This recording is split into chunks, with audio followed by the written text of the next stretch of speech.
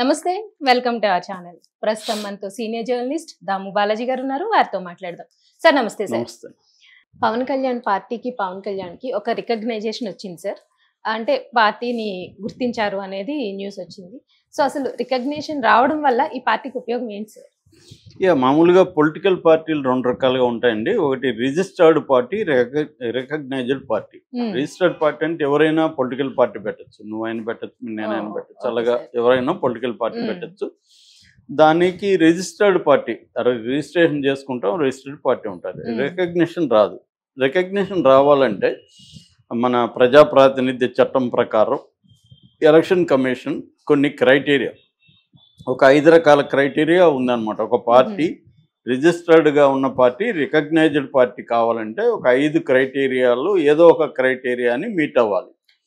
So అందులో first ఏంటంటే 6% ఓట్లు.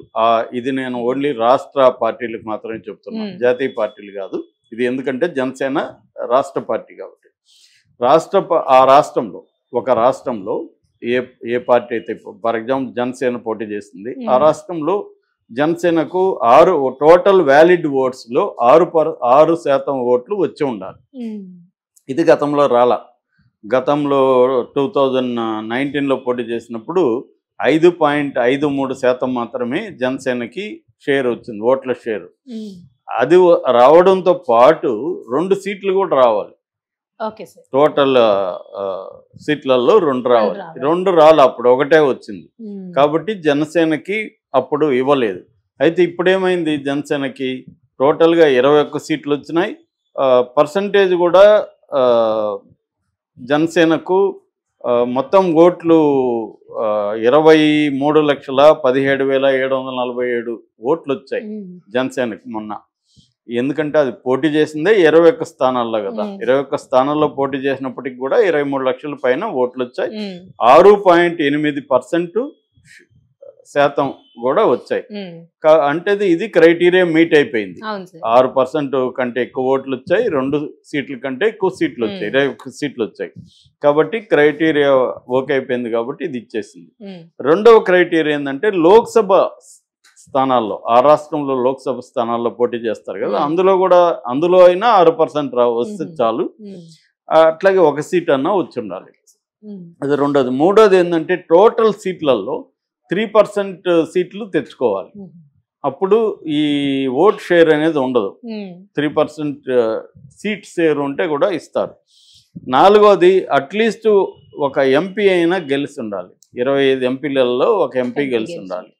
ఐదవది ఏంటంటే ఇది ఈ మధ్య పెట్టారు, 8% టోటల్ ఓట్ షేర్. ఒక క్యాండిడేట్ గెలవకపోయినా ఓట్ షేర్ 8% ఉన్నా కూడా రికగ్నైజేషన్ ఇస్తారు అన్నమాట. సో ఈ పార్టీకి ఫస్ట్ క్రైటీరియానే మీట్ అయిపోయింది. ఇది జనసేన 6.8% ఓట్ షేర్ వచ్చింది, 21 సీట్లు గెలుచుకుంది. కాబట్టి జనసేనకు రికగ్నిషన్ అనేది నిన్ననే డిక్లేర్ చేశారు సెంట్రల్ ఈసీ, ఎలక్షన్ కమిషన్. అయితే దీనివల్ల లాభం ఏంటంటే రికగ్నైజ్ అయితే పార్టీలకి ఏంటంటే, రికగ్నైజ్డ్ పార్టీలకి కొన్ని సపరేట్గా ప్రివిలేజెస్ ఉంటాయి. అంటే కొన్ని ప్రమోషన్లు చేసుకోవచ్చు, తర్వాత వాళ్ళు స్టార్ క్యాంపెయినర్ని ఎక్కువ మందిని పెట్టుకోవచ్చు, తర్వాత ఏ నిర్ణయాలు తీసుకోవాలన్నా ఎలక్షన్ కమిషన్ మీటింగ్స్ పెట్టినప్పుడు వీళ్ళని కన్సల్ట్ చేస్తారు. ఇలాంటి అనేక ప్రివిలేజెస్ ఉంటుంది. అట్లాగే సింబల్ ఇంకెవరికి ఇవ్వకూడదు. గ్లాస్ సింబల్ అనేది ఇంకా వాళ్ళకి వేరే రాష్ట్రంలో ఇవ్వచ్చు. ఉత్తరప్రదేశ్లో చేస్తే గ్లాస్ సింబల్ అవ్వచ్చు, ఇంకా ఆంధ్రప్రదేశ్లో కానీ ఇంకా వేరే వాళ్ళకి ఇవ్వరు ఆ రకంగా. ఎందుకంటే ఇప్పుడు గాజు గ్లాస్తో చాలా మంది దగ్గర ఉన్న సిమిలర్గా ఉన్న వాటితో గాజు గ్లాస్తో కూడా వేరే వాళ్ళకి ఇచ్చేసారు. అంటే వీళ్ళు పోటీ చేసిన దాంట్లో తప్ప మిగతా వాటిలో ఇచ్చేయడం అనేది కూడా జరిగింది. దానివల్ల బోల్డ్ కన్ఫ్యూజన్ కూడా వచ్చింది. సో అందుకని గాజు గ్లాస్ ఇప్పుడు పర్మనెంట్గా ఉంది కాబట్టి మామూలుగానే పవన్ కళ్యాణ్ గాజు గ్లాస్ ప్రతి సినిమాలో కూడా ఏదో ఒక రకంగా ఆయన ప్రమోట్ చేస్తూ ఉంటాడు. అలాగా ఇప్పుడు ధైర్యంగా చేయొచ్చు. ఇంతకుముందు చేసినా కూడా దాన్ని ఇంకెవరో మళ్ళీ వాడుతుంటారు. అది మామూలుగా చదువు లేని వాళ్ళు కూడా చాలా మంది ఉంటారు. తర్వాత ఆ సింబల్ కరెక్ట్గా ఉండదు, పేరు చదవలేరు, అలాంటి ప్రాబ్లమ్స్ అంతా కూడా ఉంటాయి. సింబల్ అనేది వెరీ ఇంపార్టెంట్. అందువల్ల పర్మనెంట్ సింబల్ పవన్ కళ్యాణ్కి ఉంటుంది. అట్లాగే మిగతా రికగ్నైజ్డ్ పార్టీలకు ఉండే ప్రివిలేజెస్ అంతా కూడా పవన్ కళ్యాణ్ పార్టీ అయిన జనసేనకి ఉంటుంది. ఇది ఒక రకం పవన్ కళ్యాణ్కి నెక్స్ట్ స్టెప్గా మనం చెప్పుకోవచ్చు. అంటే ఓవరాల్గా ఇవాళ పవన్ కళ్యాణ్ మీద, పవన్ కళ్యాణ్ చుట్టూనే ఆంధ్రప్రదేశ్ రాజకీయాలు చర్చ మొత్తం తిరుగుతుంది. చంద్రబాబు మీద కంటే కూడా పవన్ కళ్యాణ్ మీద తిరుగుతుంది గత కొంతకాలంగా, ఎలక్షన్ ముందు కూడా. ఎందుకంటే ఆయన చంద్రబాబు జైలుకి వెళ్ళి ఒక రకంగా పవన్ కళ్యాణ్కి మంచి పని జగన్ చేశాడు. చంద్రబాబును అరెస్ట్ చేయకపోయింటే పవన్ కళ్యాణ్కి ఈ స్థాయిలో పేరు వచ్చేది కాదు.